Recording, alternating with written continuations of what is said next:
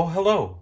I'm Chris Campbell, and welcome to my presentation about watching films and sharing the films you watch. Right now, I'm in Mi'kma'ki, the traditional land of the Mi'kmaq people, and now it's known as Grand Pré, and it's a UNESCO World Heritage Site. I thought I'd provide some context for where I am, because one of the things I really like to do when I watch films, know the context of the film, and to share that context with other people and have them find things that they really love and enjoy. So I hope you enjoy my presentation, and let's go.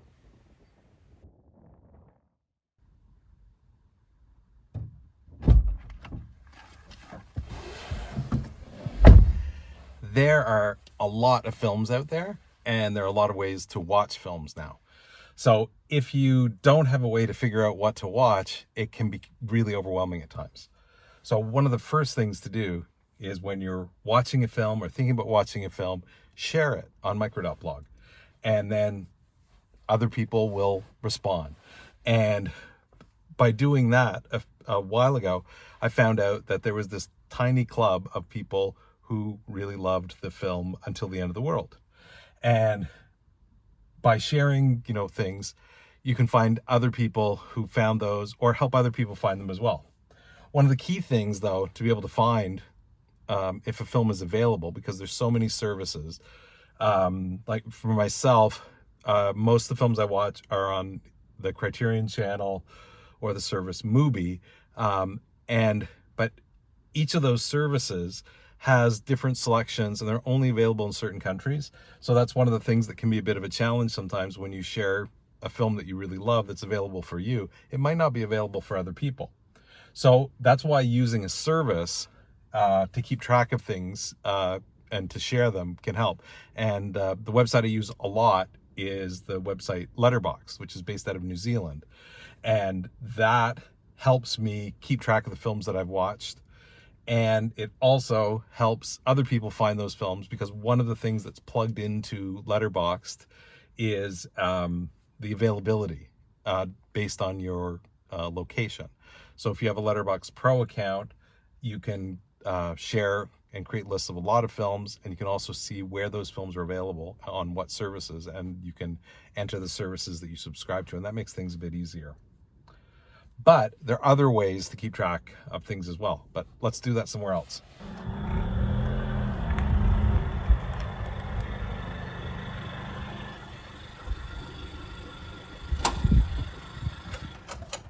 In the old days, I used to keep track of films in a notebook and in a diary style. I actually had a little moleskin notebook that let me keep track of all the films that I'd watched and the dates and my ratings and things like that. Then I started using a website called All Consuming to keep track of things. And I never used IMDb to keep track of what I'd watched, but I'd always look up things at IMDb. But when Letterboxd came along, I really embraced it, and I started tracking everything in Letterboxd. But I still actually use a text file to keep track of all the film and TV shows that I watch. And I got that idea from Steven Soderbergh on his blog. Let's go to the backyard.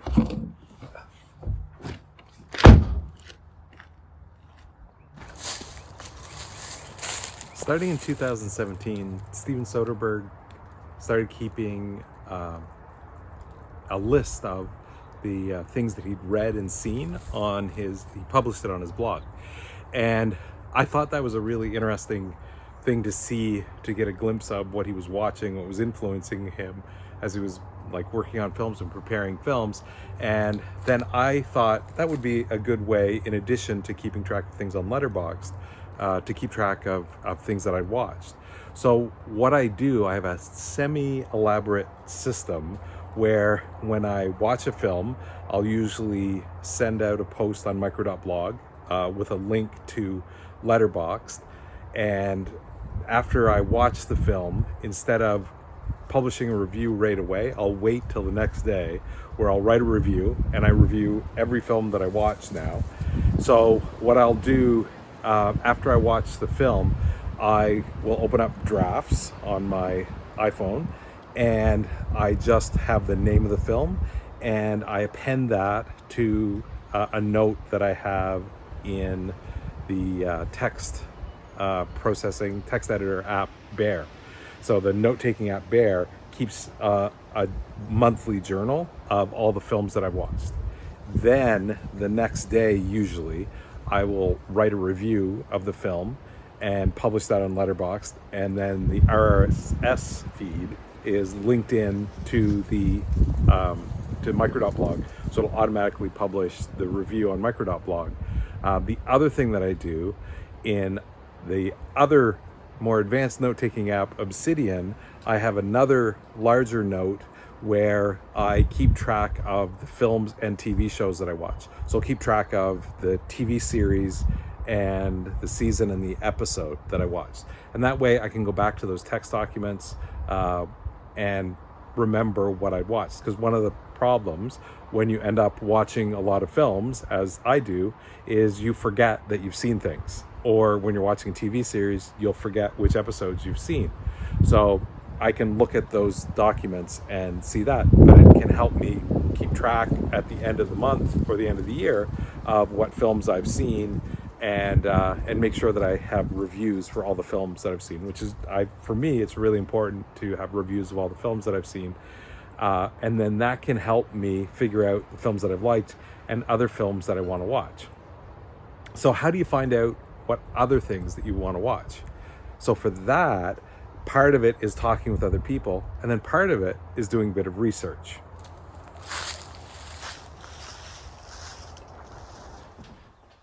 A lot of people keep track of what they want to see in terms of films based on the actors that are in the films. And a lot of the online services that have algorithms, they'll recommend films that have actors in other films. The film snob way that people find films is by director. And that comes from the whole idea of auteur theory, which French film critics initially started, that the idea is that the director is the key person on the film to make it happen. But a film is made by a large team of people. It's a collaborative process. It's a fascinating, fun, interesting, horrifying, and wonderful thing. And in some ways, it's amazing that a film ever gets made. But when you start researching films, you can find out, who did different jobs. So if you go to the IMDb page for a film, or if you go to the Letterboxd page for a film, and you look at the crew list, you can start seeing who worked on the film. And then when you start to figure out what the different jobs represent, that can help you find other films. So if you really like the way that a film looked, you could look up the cinematographer and find out other films that the cinematographer shot. You can look up the production designer. If you thought the way that the film looked was interesting and the costumes and wardrobe was interesting, find out who did those different things. If you like the music, find out who did the music on different films, who did the editing, who did the sound design, things like that. You can really dig deep and find interesting things out. It can lead you to different directors and different films. So as an example, the film Portrait of a Lady on Fire, really remarkable film that Céline Sciamma directed. And for that film, the cinematographer was Claire Mathon, which you can find out from the Letterboxd page. And then you can find out what other films that she was cinematographer on. Sometimes you can find, following an actor can be really interesting, because you can find an actor ends up working with a whole bunch of different directors doing different types of films. And sometimes people who are in big budget franchises do a lot of films, smaller, lower budget films that are completely different from what they're doing on the big budget films. Martin Scorsese sort of said the theory was you do one for them and one for you, that type of thing. So there's all sorts of ways to find different films, but if you like something about a film, like look at the credits, read the credits, and follow up with those people that worked on the film, and then you might discover something completely new, or a film that you might not have ever thought you would find.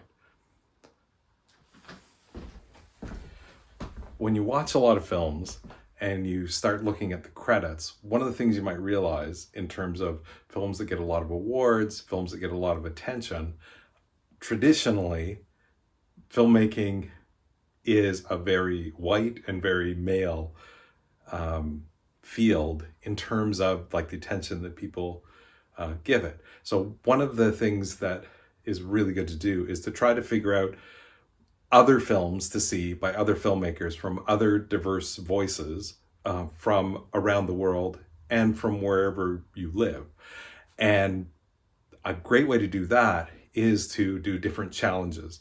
And a bunch of the challenges I'm going to mention they're connected with Letterboxd sometimes, but you can make up challenges on your own or find challenges. One of the first challenges that I did, which was really amazing and it completely changed the way I saw films and filmmaking, was the 52 Films by Women challenge.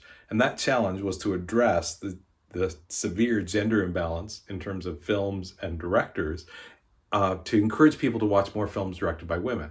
So the challenge basically is to try to watch one film directed by a woman every week for a year. So during the whole year, you'll watch 52 films. So just one film a week. I did that challenge and it was really amazing because I discovered so many filmmakers and great films that I'd never heard of.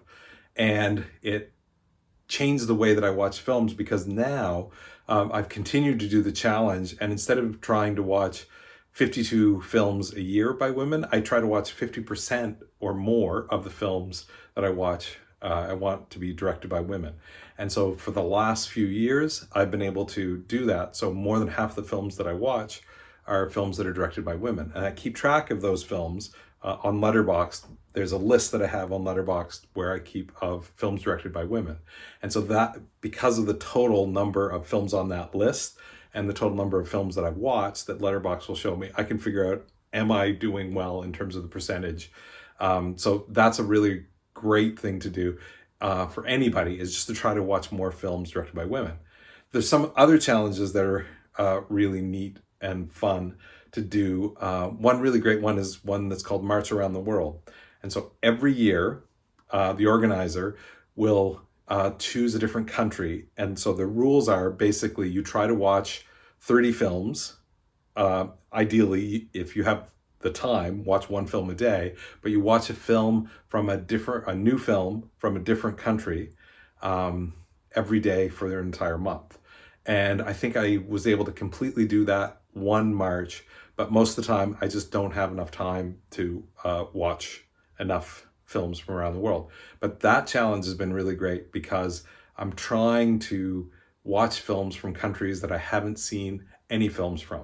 And so that makes it really challenging, trying to track down films that you haven't seen before from different countries around the world. So that's a really great challenge and a really great thing to do. One of the other really fun ones that I've been doing for a long time is called Noirvember. And every November, the goal is to watch as many film noir films as you can. And it's really great to do because you discover a lot of different film noir films. If you don't like film noir films, it's probably not that great a challenge. But I really love film noir films. And as I watch more and more film noir films, and I keep trying to watch more and more new films, it forces me to, really dig around and find other films to watch. One thing I thought would be clever would be a challenge to watch films by starring Catherine Deneuve in November, and you could call it Deneuvember. And I keep mentioning that a lot, but it doesn't really pick up any steam. But aside from those organized challenges, one of the other things you can do is just start to watch films on certain lists. So like the AFI Top 100 Films, or recently, Sight and Sound magazine had their list of top 100 films of all time voted on by film critics, and another list voted on by directors. And with that list, it's a really great list to look at because this year, Chantal Akerman's film, Jeanne Dielman, was number one on the list. And there was a lot of discussion, a lot of controversy about that. But what's really amazing is that a lot of people are watching that film and talking about that film. And that's one of the great things when you have a list or a challenge and you start watching films by certain directors. It really can help you see sort of different patterns or different things emerging from the films. So I thank you for watching this, and I hope that you're able to find some films that you love, and please share the films that you love with me and the Micro.blog community. And thanks so much for being here and being part of the community. And I will see you online.